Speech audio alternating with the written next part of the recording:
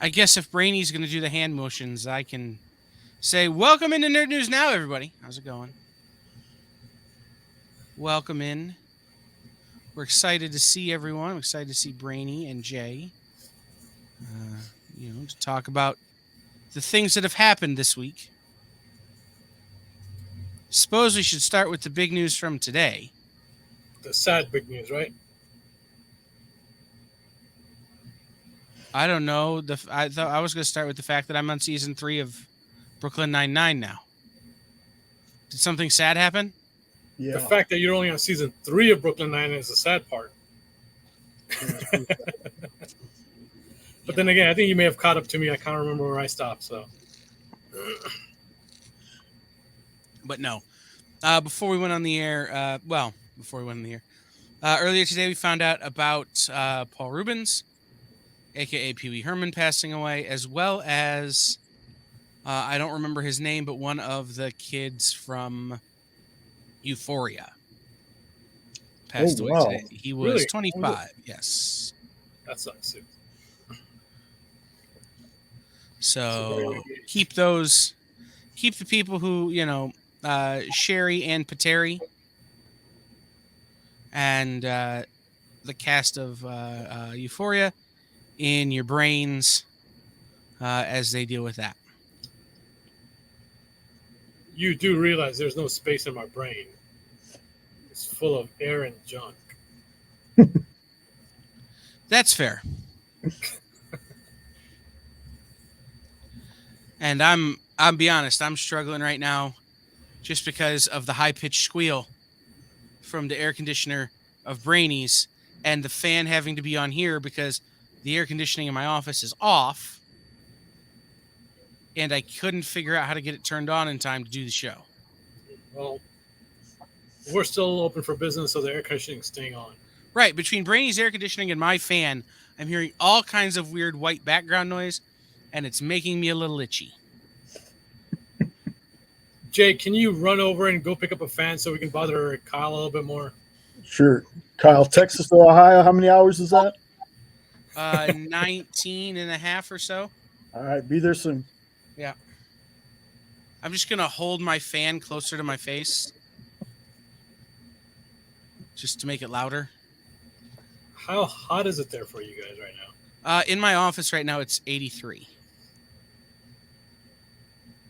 Which is hot for inside. It's actually cooler outside. I'd say open a window, but I don't think you have a window in that office, do you? I do. It's right here, but if I do, the fire department comes. Because it's a fire escape window. Wow. Yeah. So I'm stuck. Anyway. So, how was your weekends? It was a weekend. Yeah. We worked. Yeah. That's what we tend to do on the weekends, right? It's true. Did you get to watch anything? I am still trying to catch up or finish up on Friday Night Lights. I believe I've made it to season 4. Yeah, that's basically having it running in the background while I'm doing other things, and most of it is it's a good show. I like it. I'm watching it. My Netflix queues keeps growing. I'm falling behind on Secret Invasion, but they've only got I think 2 or 3 more episodes left if I remember correctly. It was done. Is it done? Okay, so I just got to catch up on the 3 or 4 episodes I have left. I'm not watching it, you know that. But that's good. How about you, Jay? Been watching the last season of Fresh Off the Boat with Jenna. But that's next on my modern sitcoms list to watch. I really like it, but then again, I really enjoyed the Goldbergs. So haven't started that either. Goldbergs. I'm trying to remember that show. Wendy McClendon Covey is the lead lady. Set back in the 80s. Jeff Garlin was in it for a while. I can't remember it. Yeah. It's a fun show. I know, Dan has a thing about the '80s and how he's like, the '80s weren't that great. But for me, I'm like, I was born in '82, so I did get to enjoy the '80s before the '90s.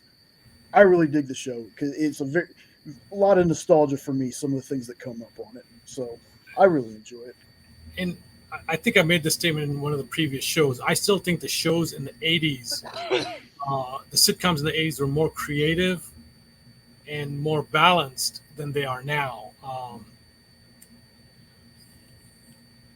They did take a few liberties, but those liberties were also, let's just say, they had to manipulate with a lot of innuendos in their comedy, which they don't have to do nowadays.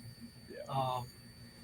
You know, and if you, with the exception of a few shows, a lot of them still are relevant to a certain extent. Well, and I will say this: there was a time too where jokes that they just out and out made on shows like Two Broke Girls or The Big Bang Theory or whatever, they had to be creative about in the old days, in the 60s and 70s. Correct. It's, one of my favorite jokes ever on a sitcom. There are two. One is a Ted Lasso joke, and one is a Bob Newhart joke. So at one point, somebody says to Ted Lasso, "Cheers," and he responds with "Full House."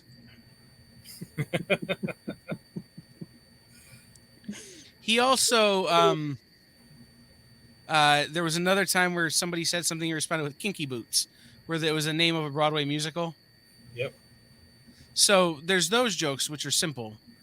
But the best joke ever told on television is in the pilot episode of the very first Bob Newhart show. In the episode of the Bob Newhart show, Bob is trying to who plays a psychiatrist, is taking a group of people who are afraid to fly on a flight from Chicago to New York. And he's arranged it so that his wife can go with him and they can have like a romantic getaway to New York. Turns out his wife is scared to fly. So throughout the course of the episode, it's her like trying not to tell him and him not knowing, and then them getting on the plane and her freaking out and making the plane turn around and go back to the terminal so she can get off. And at the end of the episode, all this has gone down, and she comes into the room and says to Bob, she goes, "I'm sorry about last night, Bob." And he goes, "It's okay. Everyone gets headaches." Like, it's such a simple joke. Right. But in the Big Bang Theory or more modern sitcoms, they would just come out and say, "I'm sorry I wasn't in the mood last night." Yep. They would just come out and say the joke. Exactly. Whereas they had to hide the joke back then, which is very interesting. So that's why, that you have to give your props to shows like Golden Girls, I Love Lucy, all those classics. They were very creative, and they were fighting not just media and commercial biases, but also government regulations that were so strict, right, much more strict than they are today. Right, they did it. Especially I Love Lucy. I mean, with Lucille Ball doing what she did with that show, just. So CNN has a new docu-series they're doing. You know how they did like the 2000s and the 90s, and yes, they have a new one called The History of the Sitcom. Really? And only one episode is out, and it's about family sitcoms and the evolution of family sitcoms. And it kind of takes you from, the I Love Lucy's up through the Norman Lears into, it really kind of ends with sitcoms like the reboot of One Day at a Time. And the modern reboot of the family sitcom. And so it's been very interesting.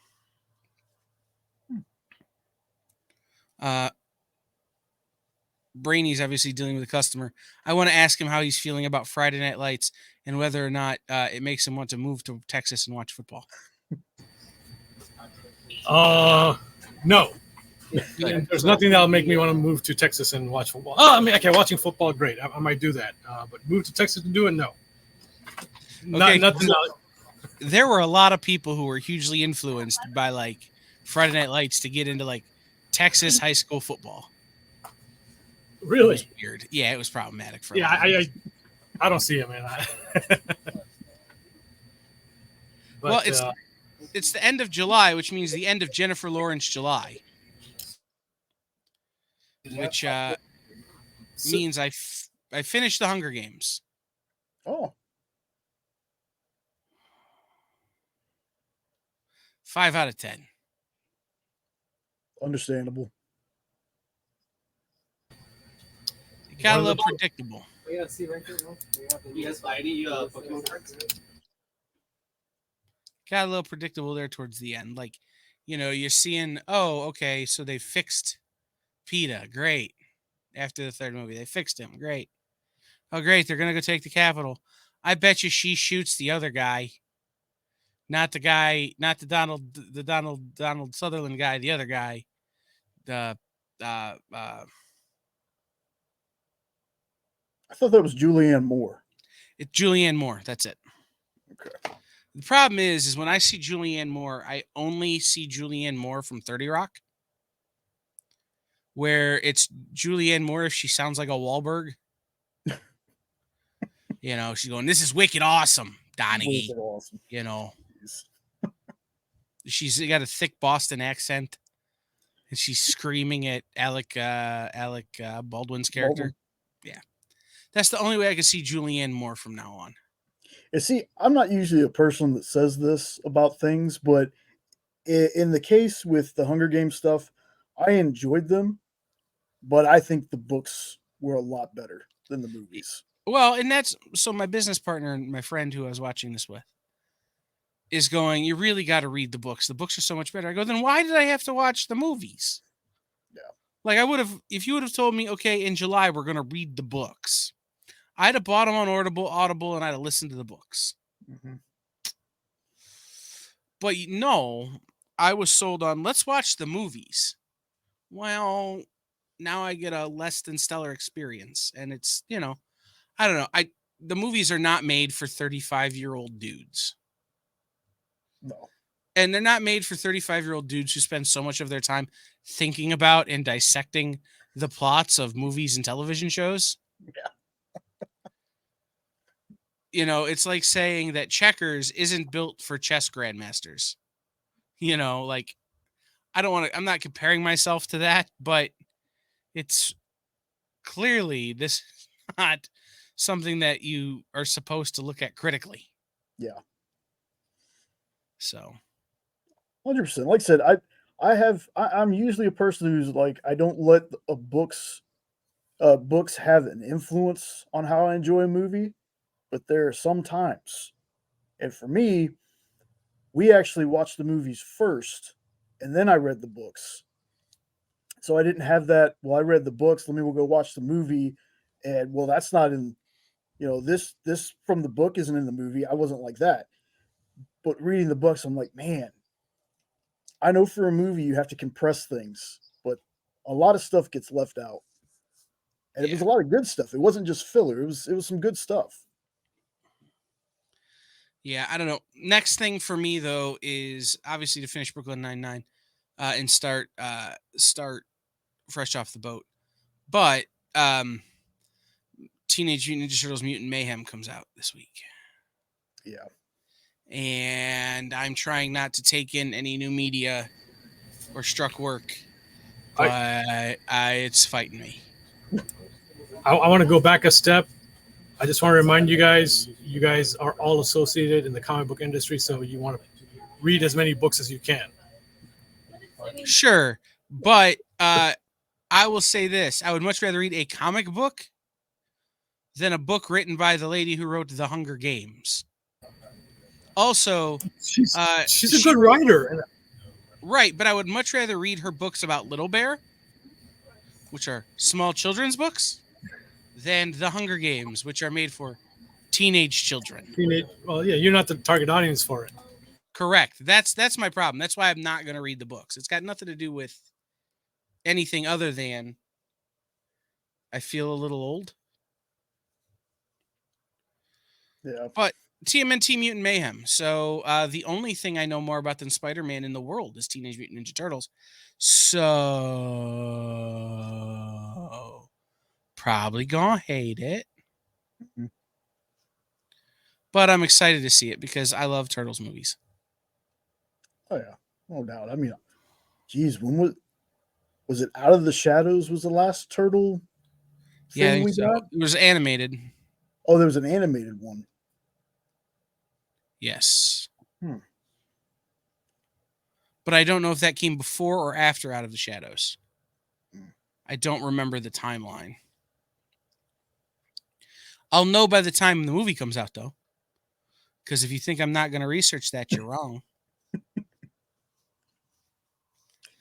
I will have to say the DC animated universe Batman Ninja Turtles. I love that one. Yeah. Really love that one. I don't know. I have mixed feelings about even that one. So we're just going to have to see how it goes. So, Jay, what nerdy news things did you clock as having happened this weekend or this week? Oh, there. I tend to stay off looking for things because there's so many things that get put on the internet, and most of it is either DC or Marvel stuff when it comes to the movies, things like that.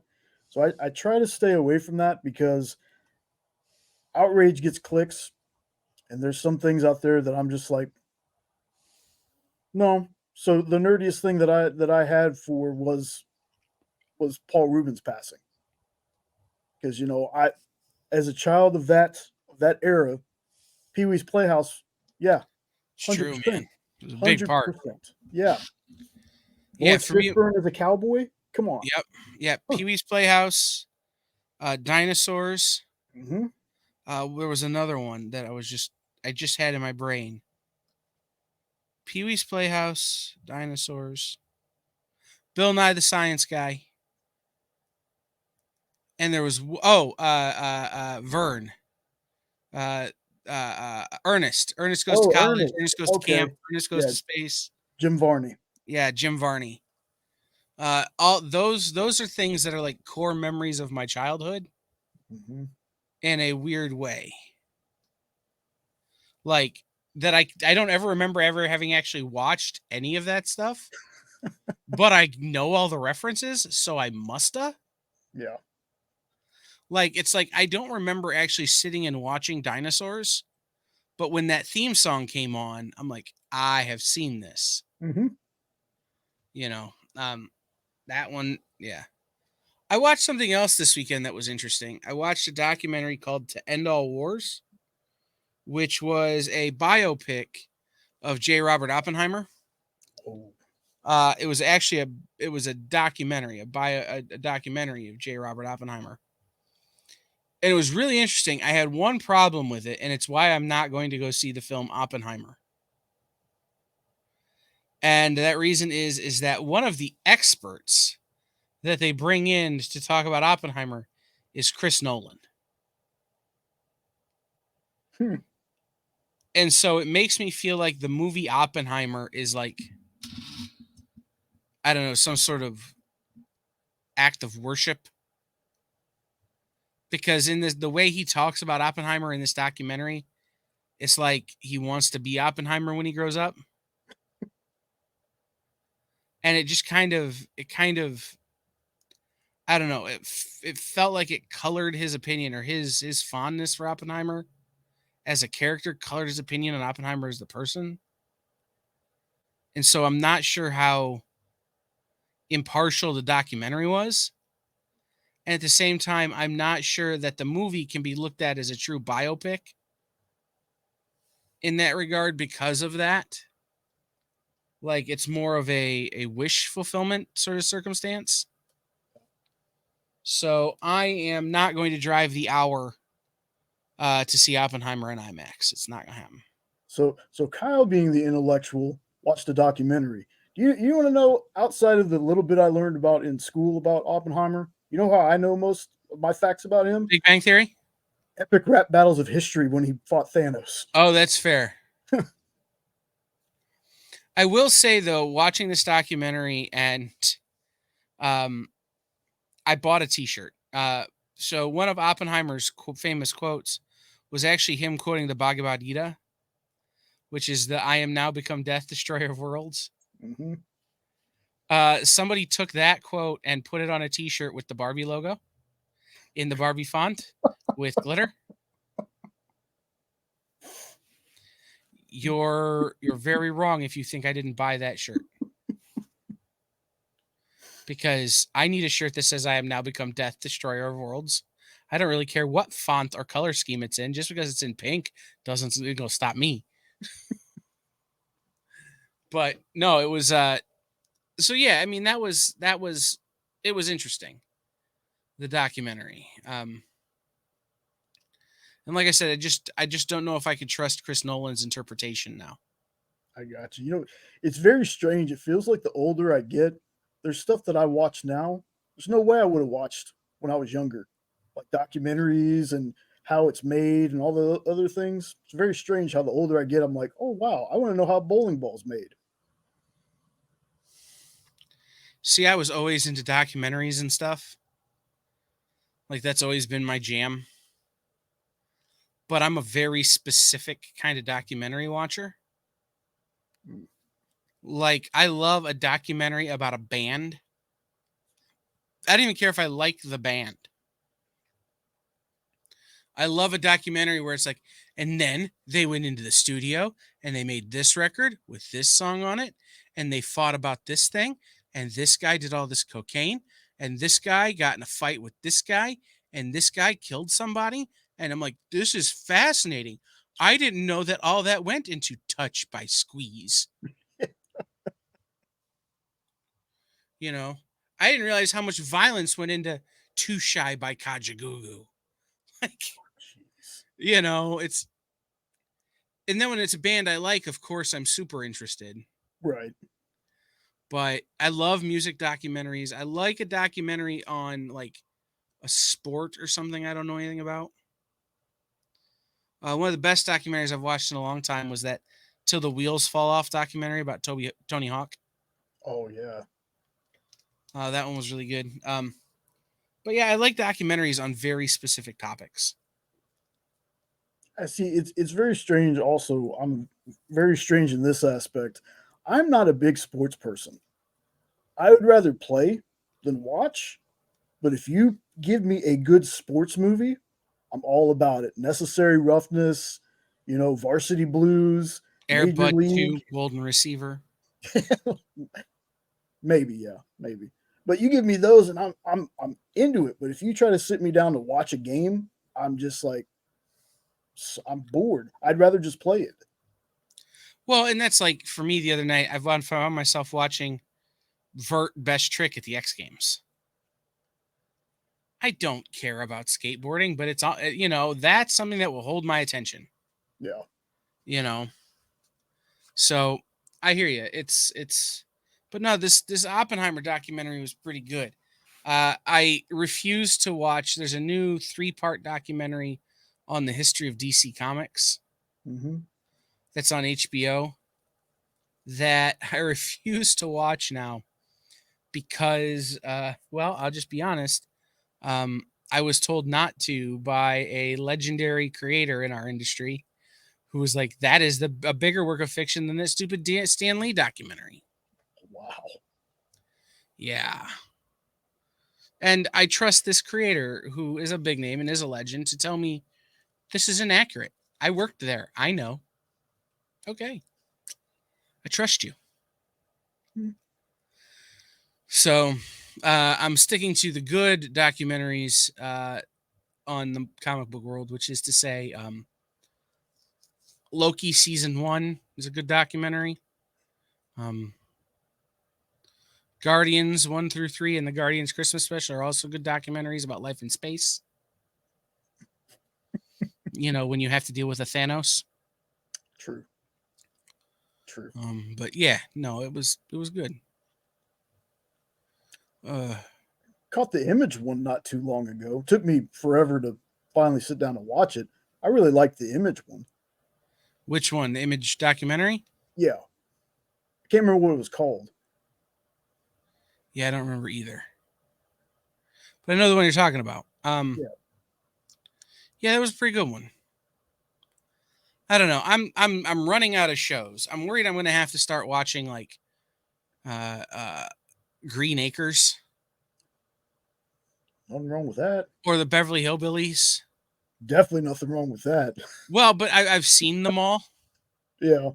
So like I'm worried I'm going to run out of new stuff that I haven't seen to watch and have to go back to like, okay, this is the stuff I was watching when I was a child. Hey, I've said before, we have most of the streaming services. We have Disney Plus. Do you know I don't really watch new things on Disney Plus? I watch Darkwing Duck and Gargoyles and Tailspin. Yeah, well, that's where all the TGIF shows are. Mm-hmm. So I've been watching those. Like that's going to be my thing, I think, until the strike is over. If I get back to having to go back and watch Full House, send help. I always like Family Matters more. Right, Family Matters is a much better show. Hmm. But I'm saying if we get to Kyle is watching Full House, I give you all permission to brain me. Brainy heard that and he's thinking about it. So Brainy's here ringing customers out, so Brainy will be back in a few moments. well, but you heard me say that you could brain me and your eyes lit up.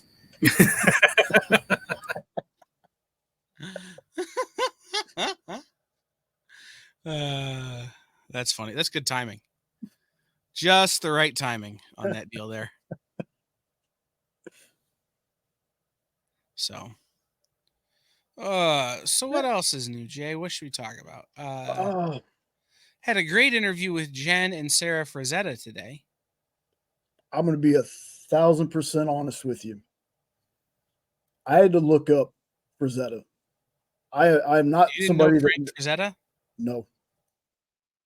I'm a terrible like comic book and artist nerd. Like I don't remember half. It has to be something very specific. You can show me Alex Ross. I can point out Alex Ross. Anybody can do that. But when you get to other artists, I have a very hard time distinguishing. It just kind of blurs to me. Kind of like when I read. I could read a book. I could love the book. I could put the book down. If I didn't write down what I just read, it's all out the window. I'll remember it 10 years down the road. Oh, I remember reading that. But I had to look it up, but it was a very good interview. Very interesting. Yeah, I thought so too. Are you telling me you can't tell Rob Liefeld's art and Todd McFarlane, Okay. Jim Lee, Willis Portacio? I can definitely tell Liefeld. I mean, let's not. We can keep going. Art Germ, and J. Scott Campbell. I can. These are guys that have unique style that is easily recognizable. Yeah, it's just my brain just like on the comic collectible show when they show covers and the fact that those guys can be like that person did that cover, that boggles my mind. That's amazing to me. Oh, that's just in the notes. Well, I mean, when Robbie does it. Robbie doesn't have the notes. Yeah, he does. Oh, does he? Yeah. I still think Robbie just knows though. He probably does, man. There's a few artists that even when I'm looking, I'm like, oh yeah, I know who that is. Yeah. Oh, sure. And I think we probably all have those, right? Like, correct. Jay, you can look across the room and recognize Dave Lentz or something. Yeah. Recognize the people and it's for me that's like Ramita. I can recognize Ramita pretty much anywhere. Junior or senior? Well, I would say junior, because seniors style was a lot more of the Marvel house style. correct. Junior for me, and this is and it's not a knock or anything like that. It's just the squarish features that he goes with kind of turn me off. So yeah, it is easy for me to recognize his work. Right. I mean, that's what I'm getting at is that like senior, so many guys look like senior that sometimes you get confused whether it's senior or Buscema And or that's somebody because everybody tried to imitate Senior. A lot of people try to imitate his work. He did great work. And Junior has that same style, but he's just made it his own. He's made it unique to the way he wants it, which is great. That's how art should be, to a certain extent. Yeah. And there are some artists that it feels like that they are just cookie cutting their previous characters and just putting new costumes on them. Mm-hmm. So yeah, like I said, it's there. Everybody has those artists, but yeah, Jen's interview with Sarah Frazetta was great. That's what I heard. Unfortunately, I missed it today. I was busy at work, so. But Yeah, we'll no, catch it when it re-airs, right? It is on currently YouTube now. YouTube and Facebook and everything, right? Yeah. On almost social media channels. For you guys that haven't seen it, go check out the experience. And interviews there. Yeah, so I mean that was a good one. Brainy And did we've any? I'm sorry. I want to say, and we've had some really great creator interviews before as well. So if you haven't checked them out, go check them out. It's true. I'm hoping to do some more, but hang on. Anyway, we'll talk about that another time. Brainy, did anything interesting happen to you? Any nerd news that we should talk about? Anything you clocked? No, as long as you're not discussing Lorcana. I don't even know what that is. So if that helps, it is a new Disney trading card game, and the biggest problem with that game, it's coming out. It releases in mass audience. It releases September 1st. In trading card stores, it releases August 18th.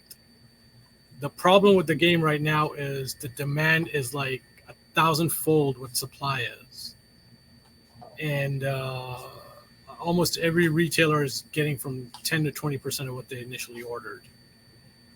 And they are expecting us to basically promote the game, make sure, and which we're all hoping to do. We want this game to succeed.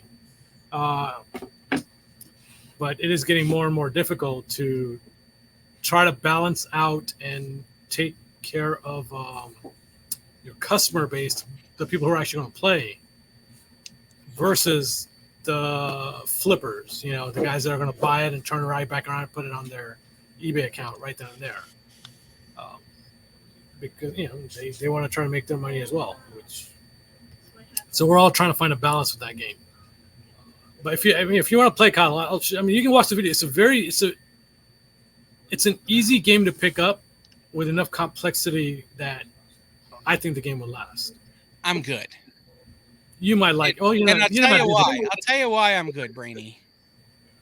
Because they announced Doctor Who: Magic the Gathering. Yes. Well, that's a one-off. It's a one-off set.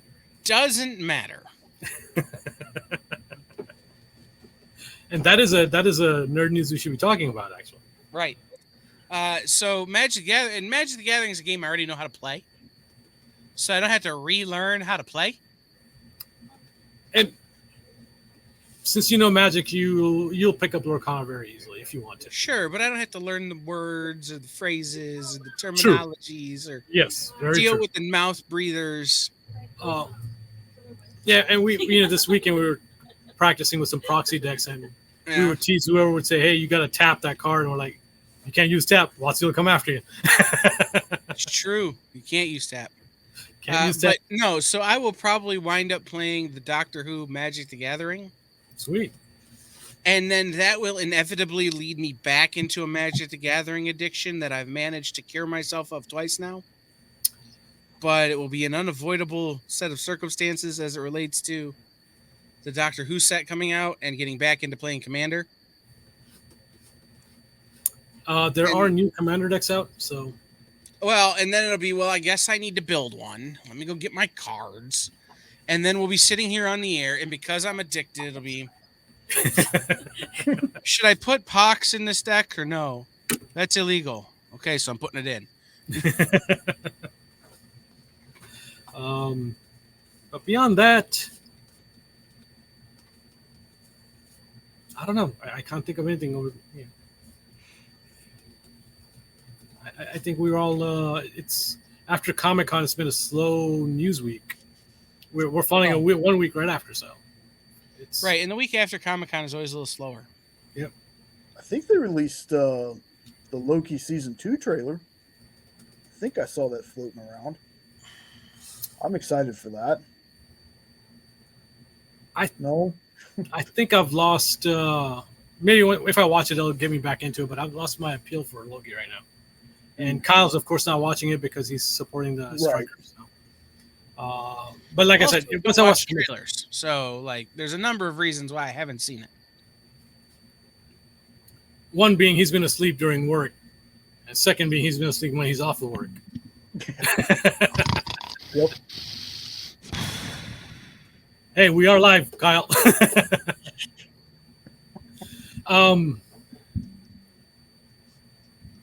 Barbie was still number one, which I am kind of excited about. It earned it. Yep, it's a movie I actually want to watch. It's but I'll probably end up waiting till it's on. I don't know anything about the movie, but I know that Ryan Gosling is Ken, and I can't think of his name right now. Michael Cera is Alan, who is not Ken, which is my understanding of the description of the character Alan. So someone took the song from the Muppet movie with Jason, what's his name? Segel? Yeah, Jason Segel. And rewrote it, am I a Ken or am I an Alan? Like, it's pretty great. And from what I hear, Ryan Gosling did a very good job singing that song. So, yeah, I don't know. That's the extent of my knowledge about Barbie, the movie. They made a Barbie T-shirt that says "I am become death, the destroyer of worlds," and they made a song that's off the Muppet movie about the Barbie movie. Well, somebody at my day job was kind enough to spoil the ending for me. Yeah, all I did was ask him, "So, how'd you like the movie?" And he goes, "Blah blah blah blah blah." I'm like, "Why would you do that to me?" Wait, so there's like a plot? There is this. This isn't your typical bubblegum kind of movie. It's actually a good movie with a nice plot. I would have been good if there hadn't been a plot. See, Like, I would have been like, yeah, that seems right for a Barbie movie. I'm very interested to ask somebody who's seen it, though, if they could honestly picture, if they were going to go with the route that they were going with beforehand, could they picture Amy Schumer in this role? Because that's who was originally attached to it. Well, but she left long before any of these people were involved. Yeah, but could they still see her doing it? Well, she said that she never could have, and that's why she left. Is that the studio clearly wanted more of this movie than the movie she was making, and that's fine. Like, they wanted to make different movies, so she left, and they got people who could make the movie, and she said it was a great movie, but that she never could have made it. And based on other movies that Morgan Robbie has done with her personality, the way she plays, I think she is a perfect fit for Barbie. And that's more of a compliment than negative. The way I didn't want to make it sound like it's negative. I really mean, I think she's got the skill set to do that, and the look as well. I think she's also got the look to go with it. So the question someone was asking online this week was, she was cast before COVID, and the movie is on indefinite pause. But now that if you've seen Barbie, and none of us have, so we can't really answer this question. But the question they asked was, now that you've seen Barbie, can you reasonably separate Margot Robbie from Barbie and see her as Tank Girl?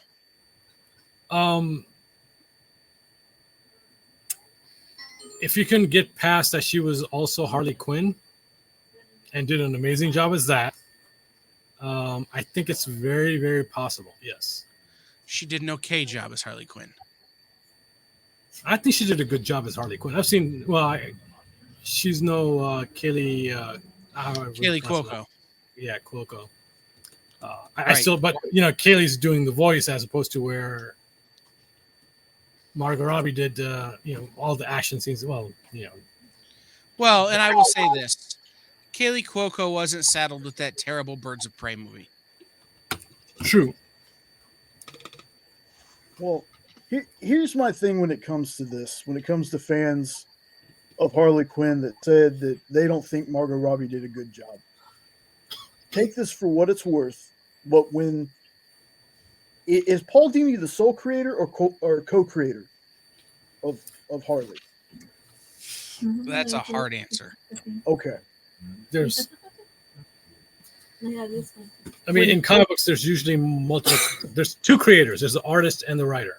Right. Unless it's the same person doing both the art and the writer, it's typically co-created. Right, but I think Paul Dini gets all the credit because created specifically for the cartoon show that he was running. It's cool, huh?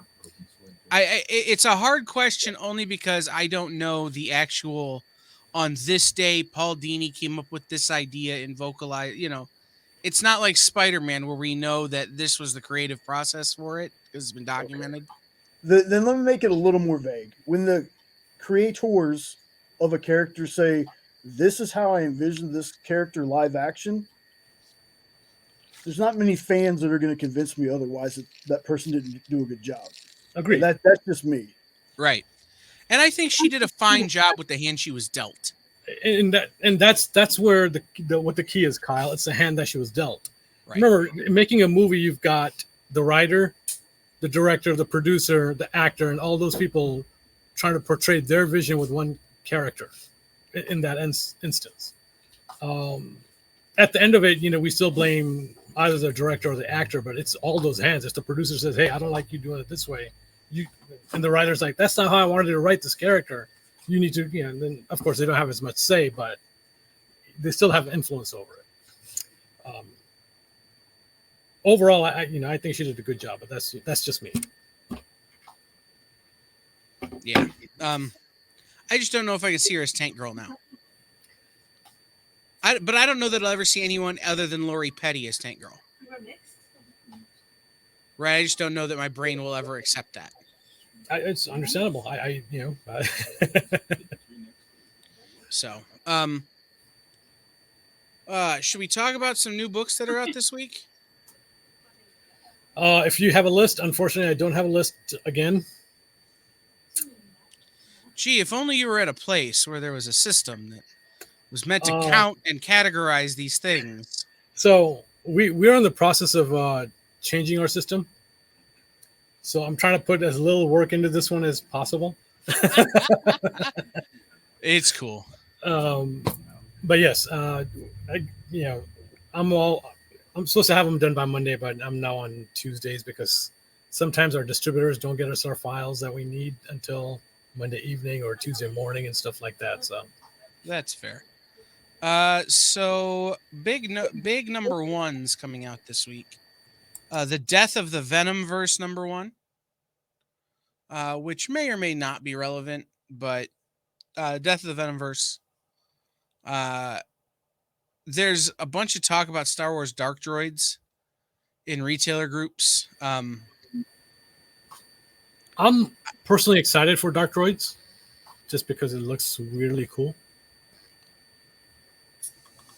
But I think you're talking about the foil part of it, right? There were a couple of things that were like, this wasn't how it was sold to us. And yeah, I agree. I don't actually know the story of what's happening. I've not read it that closely. So the issue that's happening with Marvel is they are coming out with foil covers of certain books. And foil, from what we've seen, all the foil covers that come out is like full foil and everything is. And the problem is they're basically cutting the discount for retailers down to pennies. So, whatever the cover prices, we're only making pennies off of it. And after shipping, some of us aren't making any profit money off of it. So we're all marking it up. But that's not the point. That's, the market has accepted the fact that those are higher price point books, variants. The problem with this one was we were all expecting it to be a full page foil cover sheet, but it ended up just being a spot foil. So they took just certain parts of it and made those foil. That's not how it was presented to us. It was presented as a foil cover with the assumption that it's going to be similar to all the other foil covers because it's being priced and discounted as such. So it just took a lot of retailers by surprise when, as opposed to having a full page of foil, you're only seeing this small portion of it foil, and that doesn't justify the added cost that they're charging, basically. Right, and having your discount messed with doesn't make any sense either. And in some cases, the discount was messed with after we had placed our orders, which is what's, a little bit more concerning to us. Like, hey, some of it is borderline bait and switch. illegal. Yes, it is bait and switch. Yeah. Stay tuned for that one. Conan the Barbarian #1 comes out from Titan. This is the first Conan the Barbarian at Titan. As you recall, Conan was at Conan the O'Brien was there at the Marvels for a minute. Conan the O'Brien? Yeah, sorry, Conan the Barbarian. Conan the O'Brien. It's all the same guy. Anyway, it's at Titan Books now. And Conan has first Conan. Conan has changed hands many times. It's true. But whenever it has been in Marvel's hands, the sales numbers are higher. Right. But I don't think the family of Edgar Rice Burroughs trusted Marvel/Disney to do right by the character. So I think that's part of why they pulled that license. So we'll just have to see. Yep. From DC Comics, a book that only matters to me, the Sandman Universe special of Thessaly #1. Thessaly is a great character from the Sandman universe that doesn't get enough credit. Fire and Ice #1, which is the Frazetta book coming out from Dynamite, written by Bill Willingham, with art by Leonardo Manco. That looks really cool. I'm excited to read that for tomorrow.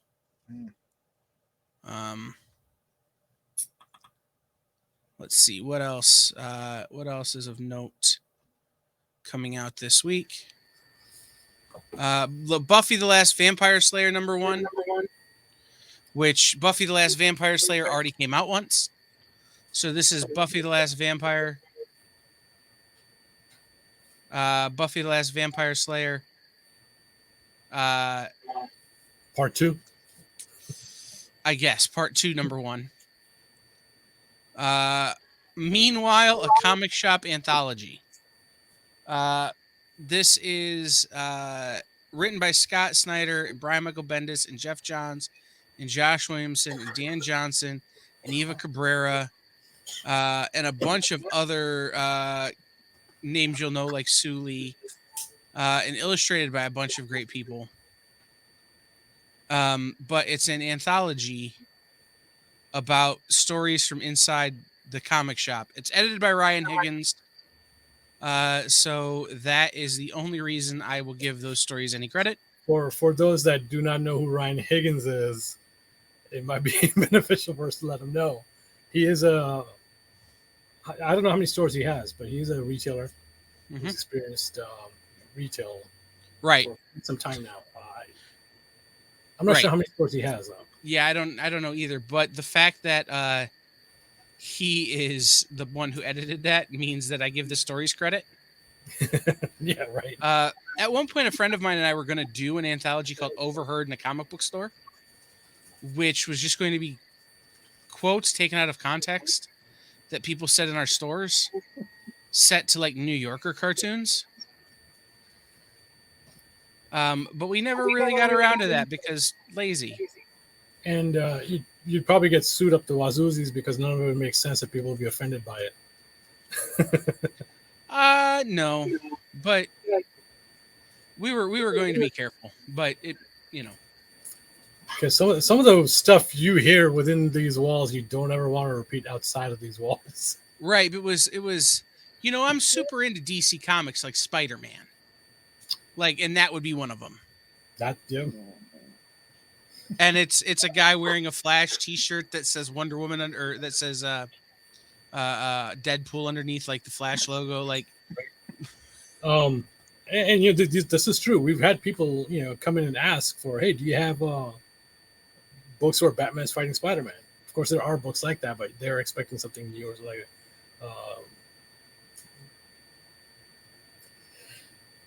for general audience, general purpose people. Comic books are all one universe.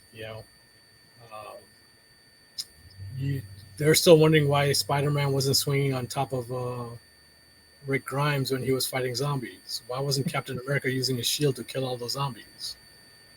Where was Superman? He could have just taken them all into the sun and we burned them all. really should ask Robert Kirkman why he didn't try harder. Out this week from Image, Quest #1, which is a book that I just love the cover on.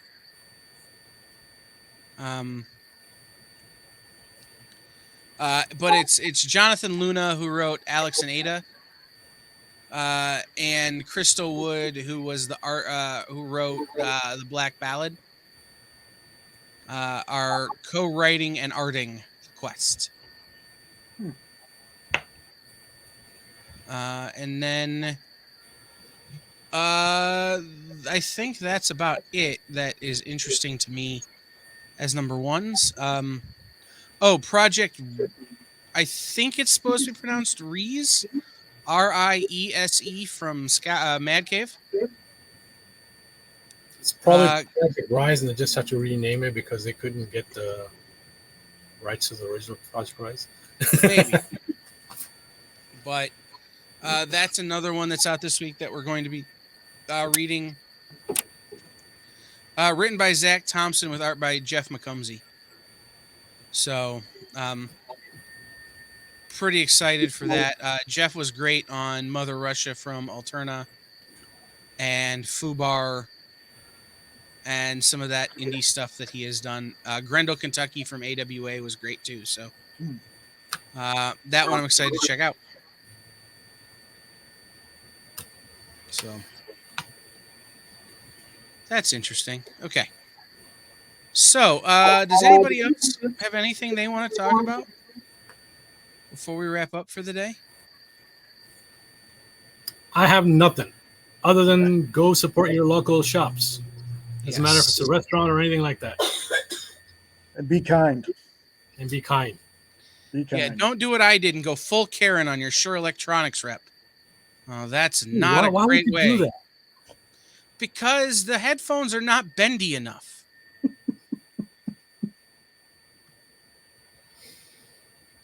You should have Make bought, them more bendy. Buy DJ headphones. I have those, but they sent me in-ears and they wanted my feedback. And I go, they're not bendy enough. And he goes, they're the same bendy as before. I go, they're not bendy enough. In-ear are not supposed to be. Are they in-ear monitors or are they in-ear headphones? Oh, man. I want some. I want to get on your list, man. Hear you. They're these. So they're supposed to wrap around your ear. And while they do that, they tend to stretch back out. So yeah, they're not holding their shape. I've started to use earplugs, the custom mold earplugs, because when you're DJing and you got music blaring everywhere, it's. I'm starting to realize I'm losing my hearing much faster than I should be, but that's so I'm thinking about switching to in-ear monitors, but I want somewhere I can actually custom mold so it actually does fit properly. And I haven't been able to find some nice ones that are economical at the same time as being efficient. Yeah, custom molds are not economical right now. They're absolutely not. Even for earplugs, those aren't cheap custom mold earplugs. But so this has been Kyle and Brainy talk about things that only matter to Kyle and Brainy. Incorrect. They matter to anybody involved with sound and music. So it's true. No, it's like I've got, because these are new and they're not broken yet and they're not bending right. Like I probably will switch to the Sennheiser cans before my show later. But You just know, because any headphones you don't like, you can send them my way. I'll test them out for you. so Yeah, my equipment fund has gone down to negative 500, so I can't. so your buy equipment anything. fund is at zero. I was in the You gotta negative. sell some gear to. I may have to, man. It's fair. I don't like selling my gear because you never know when you have to go back to. I've gone back to old equipment before, so It's true. Sometimes you gotta go back, but sometimes you gotta sell gear to buy new. yeah, I'm more like I'll pass. I don't know. There are a few new controllers I want to buy. I'm just. Yeah. But We anyway, have to talk because I want to buy a controller too. Anyway. Anything else for the good of the order? we did not discuss food, but we will hold that off until the next show. Yeah, our next show will start with food. Because I'm very hungry and I'm not interested in talking about food, Brainy. Let's call it a night, man. But next Monday, I will be coming back from barbecue, so I have food to talk about. Good. I also will have a concert recap because I'm going to a concert on Friday. I'm assuming you're going to T Swift's concert. You're going to come down to LA because she is in LA next week. Nope. My daughter. I'm seeing completely much more excited. interesting. Walk Off the Earth. Oh, okay. Of course, they're opening for Lindsey Sterling, but I don't care about Lindsey Sterling. I'm going to see Walk Off the Earth. I wouldn't mind watching Lindsey Sterling. I'm going to stay and watch. You should. She's But, talented. I'm absolutely. But the thing that sold the ticket to me was seeing this other band that I really like. Makes So, sense. yep. All right. So, thank you for watching Nerd News Now, part of the Kingdom of Geekdom on Woodlands Online, sponsored by the Adventure Begins Comics and Games and Space Cadets Collection. Check out our other shows on Woodlands Online, like Weekly Fallout Sports Talk, The Adventure Begins Show, 4 Reels, The Best You, Between the Trees Business Talk, and much more. You can watch all these on Woodlands Online and on our partner station KVQT HD21 over the air on your TV. All these shows and more on Roku right now. Just searching at Woodlands Online to your streaming lineup. Now you can listen to the podcast versions of these shows on Spotify, iTunes, iHeartRadio, Stitcher, Google Podcasts, and Amazon. So for Brainy and Jay, I've been Kyle, and this has been Nerd News Now.